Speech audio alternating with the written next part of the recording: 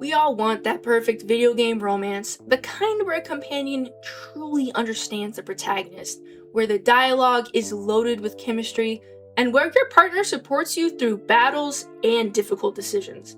A romance that feels fresh and feels earned. But sometimes, games give us the opposite. Sometimes they hand us a romance option so baffling, so uncomfortable, or poorly executed that it detracts from the overall experience of the game. This video is about those romances. Up first, let's talk about Jacob Taylor from Mass Effect 2 and 3. Jacob's romance struggles from the jump due to a serious lack of chemistry between Jacob and Shepard. From the start, their conversations feel very awkward and stiff, and at times, even uncomfortably pushy. Looking at you, Shepard. I'm more interested in just talking for a bit. Instead of building tension or emotional connection, the majority of these interactions leave the player feeling more secondhand embarrassment than anything else. When the romance does progress, it actually only gets worse. Shepard and Jacob can commit to each other, but that relationship is totally undermined by Jacob's infidelity, which is revealed very dramatically in Mass Effect 3. The pacing of this romance is very inconsistent, the emotional groundwork is thin, at best, and the payoff feels so entirely unsatisfying. The result of all of this is a romance that feels rushed, poorly structured, and disappointing. Next, let's talk about Morinth from Mass Effect 2. Most players approach video game romances expecting a gradual development, meaningful interactions, and some kind of emotional conclusion. Morinth's romance, and I would use air quotes for the word romance when talking about it, is the exact opposite of all of those things. The game makes it very clear that Morinth is dangerous, a sociopathic killer. Tell me about her. She is an Ardat Yakshi. It is a term from a dead Asari dialect.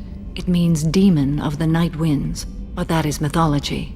She is simply a very dangerous woman who kills without mercy. But if you choose to pursue her anyway, fully aware of the consequences, there's almost nothing to gain. In fact, there might be nothing to gain. Her path is short, shallow, and offers no real payoff in any way. By comparison, investing in characters like Samara provides depth, moral conflict, and lasting relationships. Morinth's route is dangerous, brief, and entirely unfulfilling. Next, let's talk about Camilla Valerius from Skyrim. When you first meet Camilla, she's already at the center of a love triangle. Both of her pursuers, Sven and Feindal, enlist the Dragonborn's help in their attempts to win her affection. But if you decide to pursue Camilla yourself, things don't get any less complicated. Even after marriage, the men continue to pursue her, which can make the entire situation feel very awkward and messy. Camilla is upfront about wanting commitment and stability, but that doesn't stop the drama from following you two. Instead of feeling like a settled, rewarding romance, the relationship comes with ongoing tension that never really fully resolves. Although, if you want some interpersonal drama in your playthrough, this might actually be the perfect relationship to pursue.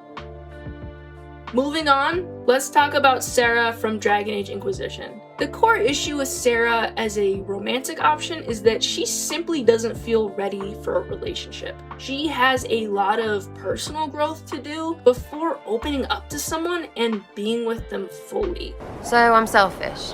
It's all for me. Count yourself lucky, I guess. Largely because of her apparent insecurity. This insecurity is especially visible if the Inquisitor is an elf, where Sera's discomfort and internalized issues with her identity as an elf very apparently bleed into the relationship. While Sera isn't a bad person by any means, her romance doesn't feel particularly healthy. Rather than mutual growth, it feels pretty emotionally unbalanced. Finally, let's talk about a kind of funny one. A random NPC from Dragon's Dogma.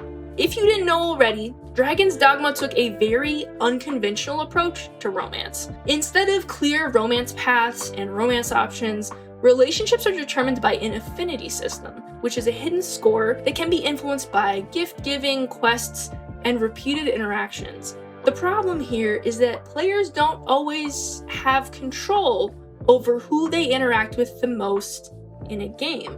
certain NPCs, like merchants or innkeepers or blacksmiths, are unavoidable, meaning you might accidentally end up romantically linked to someone you never intended to pursue. Dragon's Dogma Dark Arisen made some improvements to help players better direct their romantic outcomes, but it never fully changed that core romance system. The result is a romance system that feels more accidental and random than intentional.